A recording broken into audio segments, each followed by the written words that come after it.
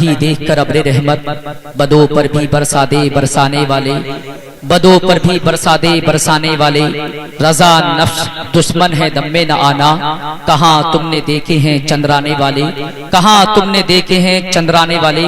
اگر ایک مرتبہ مچل کر سبحان اللہ بولو گے تو آپ کو 90 نیکیاں ملیں گی۔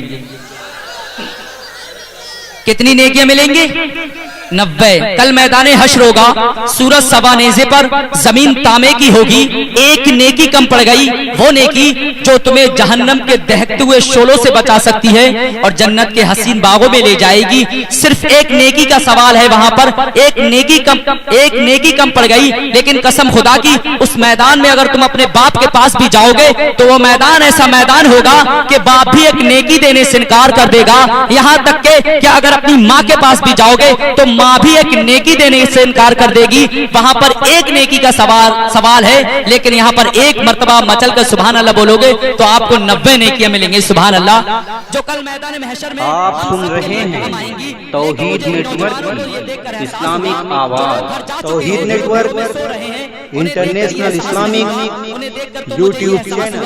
کہ یہ وہ لوگ ٹھنڈ اور گرمی اور برسات کی پرواہ کرتے ہیں، لیکن آپ کو دیکھ کر مجھے احساس ہوا، پتا چلا کہ مسلمان سچا جو مسلمان ہوتا ہے وہ نہ ٹھنڈ کی پرواہ کرتا ہے، نہ برسات کو دیکھتا ہے، نہ گرمی کو دیکھتا ہے تو صرف اپنے نبی کی بات کو دیکھتا ہے۔ سبحان اللہ۔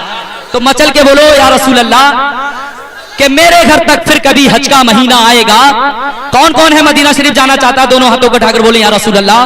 ماشاءاللہ، دعا کرتا ہوں اللہ تبارک تعالیٰ جن لوگوں نے ہاتھ اٹھایا ہے ان لوگوں کو مدینہ شریف کی زیادہ نصیب فرما۔ سبحان اللہ۔ اور جن لوگوں نے ہاتھ نہیں اٹھایا ہے ان کے لیے اگلی سال کو دعا ہوگی کہ میرے گھر تک پھر کبھی حج کا مہینہ آئے گا، مجھ کو لینے میرے آقا کا سفینہ آئے گا۔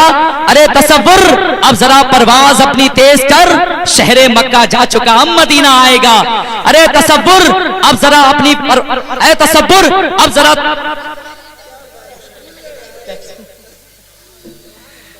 کہ میرے گھر تک پھر کبھی حج کا مہینہ آئے گا، مجھ کو لینے میرے آقا کا سفینہ آئے گا۔ ارے تصور، اب ذرا پرواز اپنی تیز کر، شہر مکہ جا چکا ہم مدینہ آئے گا۔